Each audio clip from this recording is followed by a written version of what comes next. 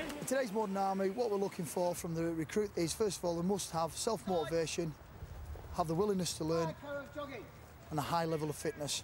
The Army's training ethos is all about setting the right example, inspiring people through one's own personal example to ensure that on operations they will do the right thing on a difficult day in a split-second decision, that they've got the foundation of military character to help them do the right thing.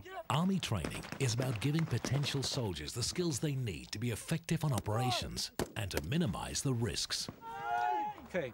Moving on. Army training is designed to develop mental and physical fitness. Okay.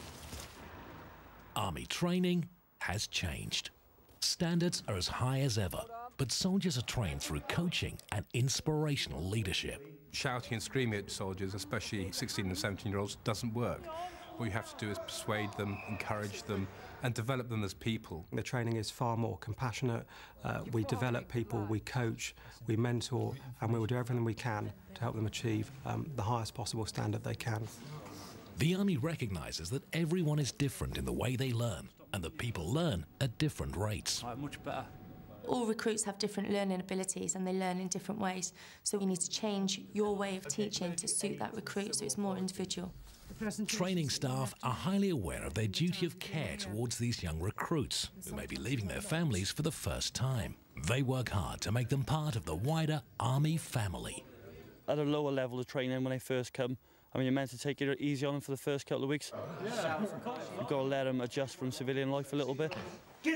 Discipline, a key part of Army life, is firm but fair. At times the instructors can be tough and, you know, sometimes very demanding, but at the end of the day this is a demanding job and they know what they're talking about, their experience. Think about your position, make sure you have a decent point. Training starts with the basics,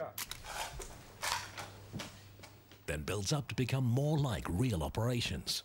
Every part of training is there for a reason. See, it's simple and there's this kind of packaging around it. Okay? Drill that instills discipline, standing still, listening to orders, and it just snowballs on then with regards to when you do actually leave the training establishment and you go on and maybe go out and fight in Afghanistan or Iraq. Army instructors are highly trained. We run a comprehensive teaching package where we develop the instructors via external and internal courses. We try to use our past experiences to help the recruits and inspire the recruits to do their best. Basic Army training must be tough because life on operations can be tough. But it can also be fun. The Army is an enjoyable way of life.